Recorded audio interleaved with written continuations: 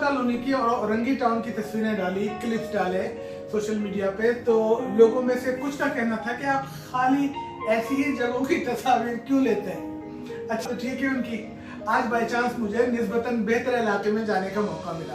और बॉम्बे हो, कराची हो या न्यूयॉर्क हो, आप सबको पता है कि हर शहर में इसके दो रुख होते हैं। एक स्लम एरिया होता है, कच्ची आबादियां होती हैं, और दूसरी तरफ अशराफिया रहते हैं, अमीर लोग रहते हैं, वो जो बहुत पैसे बनाते हैं, जो सेलिब्रिटीज होते हैं। अगर वो काम करते हैं, मेहनत करते हैं, पढ़ते हैं और पैसे कमाते हैं, तो चाहे जितना बड़ा घर ले, अगर उनकी दौलत ठीक है, अगर उन्होंने मेहनत से कमाई है, तो किसी को क्या एतराज है।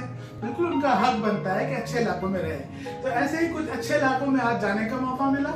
और कभी कभार हम अगर किसी मूसा कॉलोनी, औरंगी टाउन, लियारी, लांगी, कोरंगी वगैरह वगैरह की भी मूवी बनाए, तो वो भी इंसान है। और ये तो अल्लाह ताला की तरफ से है कि किसी को ज्यादा दौलत मिलती है, किसी को कम, किसी को बड़ा घर मिलता है, किसी को छोटा, किसी की गाड़ी छोटी होती है, किसी के पास बाइक भी नहीं होती। तो असल चीज है कि आप खुश कितना रहते हैं, आप लाइफ को एंजॉय कितना करते हैं। अगर आप बहुत बड़े घर में रहकर खुश नहीं रहते, परेशान रहते हैं, बीमार रहते हैं, आपको लाइफ में मजा नहीं आता, क्या फायदा ऐसे बड़े घर का। और दूसरी तरफ अगर आप झुग्गी पे रहते हैं, छोटे घर में रहते हैं, मजे करते हैं, दरवाजे के बाहर बैठ के दोस्तों से गप्पे लड़ाते हैं, चाय खाने पे बैठते हैं, हल्ला गुल्ला करते हैं, खुश होते हैं, बार बार दोस्तों को, रिश्तेदारों को घूमने जाते हैं, उनको बुलाते हैं, उनके साथ वक्त गुजारते हैं, मजे ही मजे करते हैं, तो लाइफ तो ये है ना। तो असल चीज ये नहीं होती कि आपके पास कितने पैसे हैं, कितना बड़ा घर है। असल चीज ये है कि आपके खुश कितना रहते हैं। और जैसे ये वीडियो बना के मैं खुश हो रहा हूँ और आप देख के, तो आइए देखते हैं कराची को।